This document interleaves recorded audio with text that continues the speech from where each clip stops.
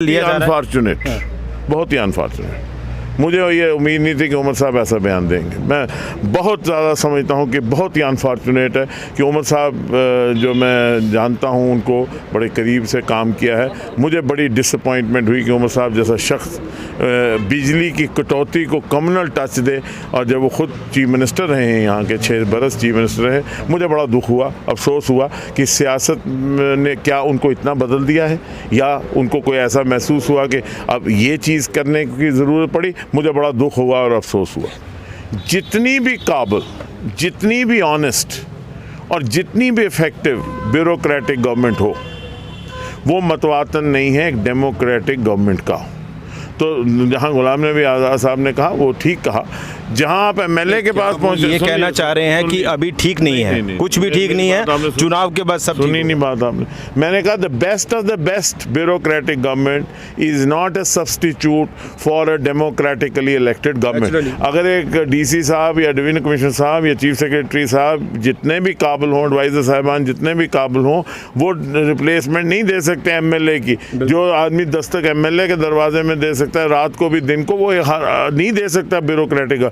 तो bureaucratic government बहुत, ये जो लेफ्टिनेंट गवर्नर साहब की गवर्नमेंट है, उसको अगर ये कहा जाए कि वो एक रिप्लेसमेंट बन सकती है फॉर इलेक्टेड गवर्नमेंट, वो कभी नहीं होता।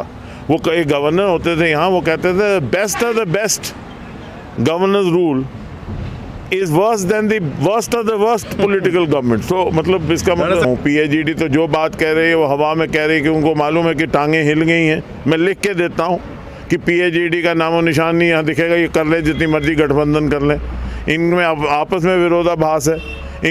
इनको तो वो जवाब देने हैं जो इनके अपने हालात बने। ये चाहते हैं कि लोगों में बदअमनी रहे, बदहाली रहे, ये इकट्ठे होकर सरकार बनाएं, किसी तरीके सरकार में बैठें, और लाशों का सौदा करने को ये बैठे हुए हैं। हम अमन और शांति लाना चाहते हैं, ये चाहते हैं यहाँ बर्बादी और यहाँ वो लोगों को तकलीफ में डालना चाहते हैं। हम तरक्की की बात कर रहे हैं, ये तरक्की की बात कर रहे हैं। मैं आपको बड़े यकीन से और वसूख से और ज़िम्मेदारी से ये कह रहा हूँ कि अगली सरकार जम्मू कश्मीर में बीजेपी के अपने पूर्ण बहुमत से सरकार होगी, और बीजेपी को किसी की ज़रूरत भी नहीं होगी। पूर्ण बहुमत की बीजेपी की अपनी सरकार होगी, और बेहतरीन सरकार होगी, जो जैसे कल किसी ने कहा कि तकदीर और तस्वीर को बदलेगी। तो अगर ये मिशन 50 पूरा नहीं होता तो आप गठबंधन करेंगे या फिर अपोजिशन का रोल प्ले करेंगे? शर्मा साहब, ये कुछ लोगों को गलतफहमी है। जिस तरह का ग्राउंड स्वेल है और लोगों के हाथ से ज़मीन खिसक गई है, ये जो ट्रेडिशनल पॉलिटिशियंस हैं, ट्रेडिशनल पॉलिटिकल पार्टीज़ हैं, जिन्होंने यहाँ हेजमनी बनाई थी, उनके हाथ से रेत निकल चुकी है। वक्त आने दीजिए, दूध का दूध, पानी का पानी होगा।